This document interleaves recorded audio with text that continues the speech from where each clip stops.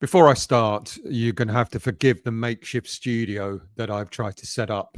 Look, we've got a move-in date for our new place, which is the 18th of December.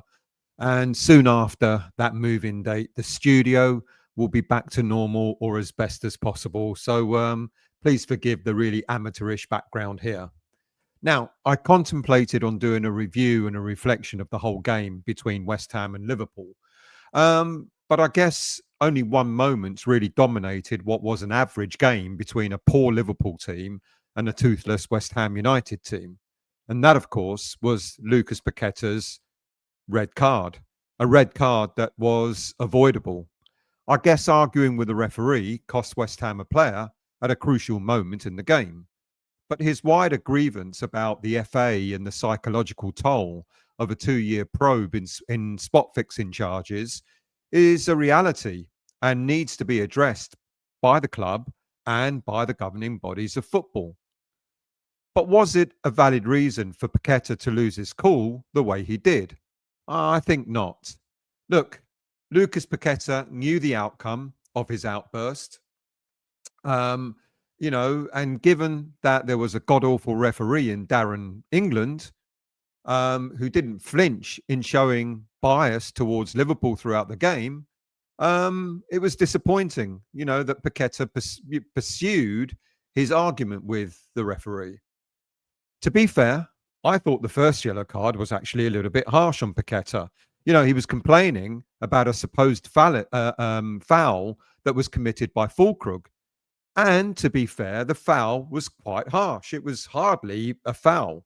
And I understood why Paqueta was frustrated, because Darren England gave Liverpool almost everything and they were diving all over the place. A team, I guess, that was desperate to get back on the right foot would do anything to win. But once you've got a yellow card, you simply don't give the referee an opportunity to brandish another. And Paqueta should have known better, and he should have just focused on the game. Paqueta picked up a second yellow card for persistent dissent late on in the game, leaving West Ham a man down as Liverpool closed out a thoroughly undeserved 2-0 win. Look, before I carry on, if you're new to the West Ham Voice, or if you've watched the channel before, a QR code has appeared in this top corner here. If you click on that, it takes you straight to the subscription page of the West Ham Voice YouTube channel. You can subscribe free of charge. All the content is free for subscribers. At the end of the show, there's a like button at the bottom below the video. You can click on that because that helps the algorithms in YouTube to elevate the video.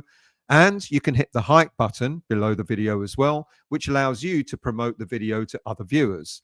And if you're feeling generous, you can become a member of the West Ham Voice. For $1.99 a month, members do get some additional content, and all the money raised through the membership scheme goes to Prostate Cancer UK.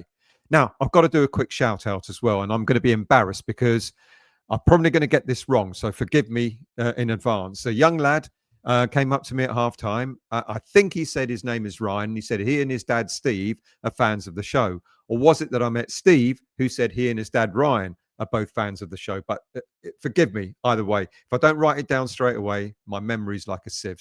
But thank you for coming up to me and saying a hello. Right, let's get back to the point. Paqueta later pointed to the long FA investigation and lack of psychological support throughout the last 2 years as part of why he snapped during the game against Liverpool.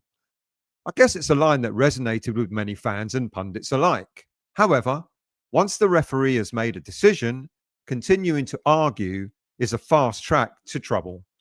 Paqueta's second yellow card was avoidable and left Nuno with fewer options to get back into the game. Emotion explains behaviour, but doesn't necessarily excuse it. Players must manage themselves when the result is still in the balance. All throughout the game, even if the result is not still in the balance. Was Paqueta right to cite the FA and lack of support for his outburst? He's not making it up. The investigation took far too long, and it will undoubtedly have had an impact on the player. Paqueta was cleared after a lengthy probe into spot fixing, which, if he was clear, if he wasn't cleared, if he was found guilty, it would have ended his career. And he's publicly said that the process took a psychological toll. But no matter what the context of his emotion was, it doesn't absolve the dissent that he showed against Liverpool on the day of the game. But does it make the reaction more understandable? I'm struggling with this, and I have to be honest, I don't think it does. You don't allow that to impact on your job. Now, if I do that, if I become so emotional and carried away at my job, or anyone else for that matter, I honestly don't think I'd be in it for much longer. And many fans have already stated that Paqueta should never wear the West Ham shirt again. Is that harsh? I don't know. But Paqueta is a point to a certain level. It highlights a gap in how governing bodies support the lack of support that governing bodies give players when they're under such prolonged scrutiny. There's no way Paqueta should have had to go through a full 2 years to find out the outcome of the spot fixing charges. The FA should never have ever made a player wait for so long to get that outcome in the first place. But did Paqueta's sending off change the game? At 1-0, West Ham still, could have had a comeback route. And that's despite, however, not having one shot on target throughout the whole game. But even at 1-0, we were never really out of the game, and losing Paqueta reduced our creativity and our pressing intensity, making a comeback harder, even if the result might not really have changed. The sending off mattered, but it mattered tactically and psychologically to the rest of the team, the impact it had.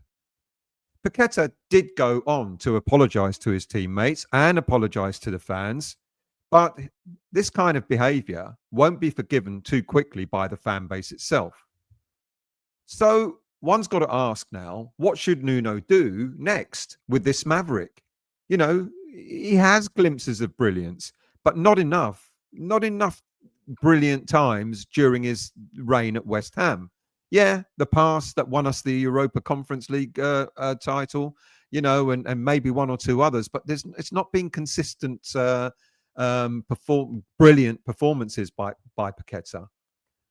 Now, for the short term, Nuno has already stated that he's going to have a private conversation with Paqueta, and rightly so.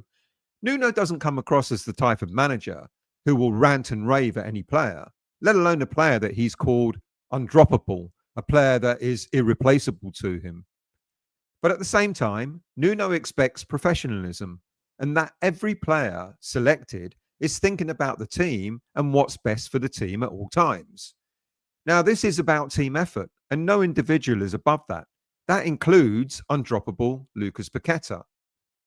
However, beyond what happened in the game on Sunday, if Lucas Paqueta is calling out those in charge of the game for not providing the support needed for players who have gone through what he did, then it's time for the Premier League to wake up, or the FA, or both, to wake up and hold an urgent meeting to not only discuss this issue, but to implement a club-led psychological support infrastructure to support players that might go through anything like this in the future.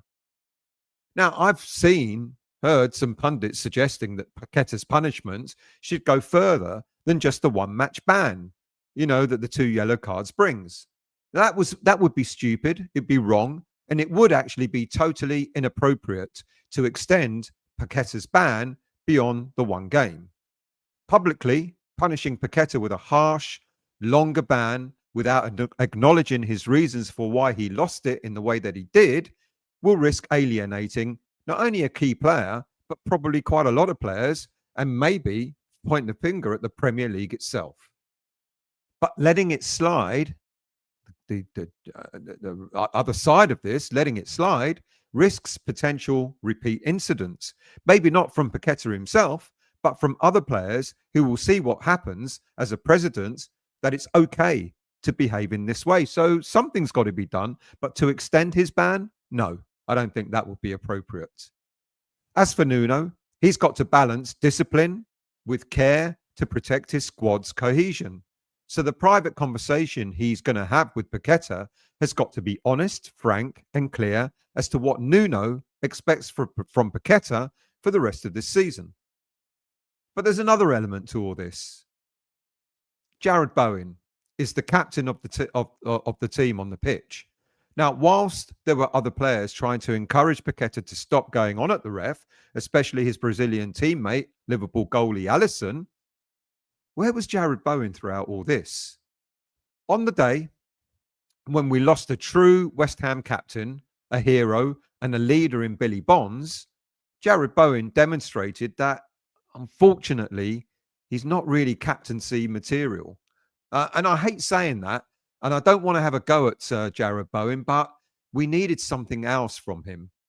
On a day when we lost a true captain, like Bonds, we expected Bowen to sort of really come out and really stand up for Paqueta, or at least get him away from the situation that was unfolding. Fans were vocal that Bowen should have done more to pull Paqueta away from the referee, with some even saying that the armband should be taken off him after this incident. Bowen has been captain since 2024 and remains the club's talisman. A top scorer of goals, but the armband seems to bring extra scrutiny and expectation that can affect perception of his performances. Well, I don't know. I don't even know if it's perception. I think the last 3 or 4 games, Bowen has been performing under par.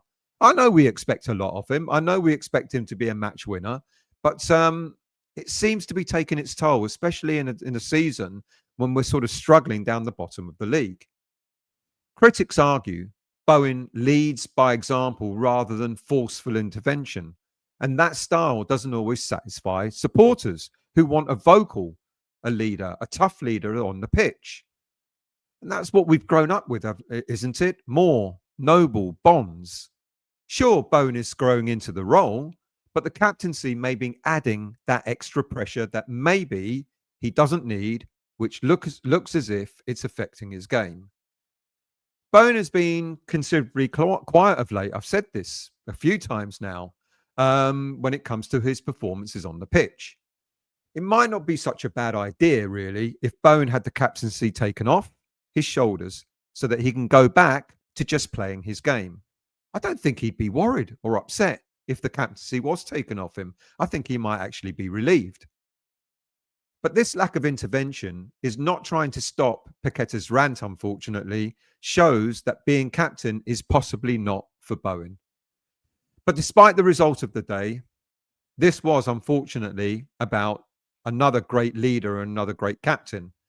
And fans keep referring to Billy Bonds because he symbolized the type of captain that could have halted Paqueta's moment of madness today.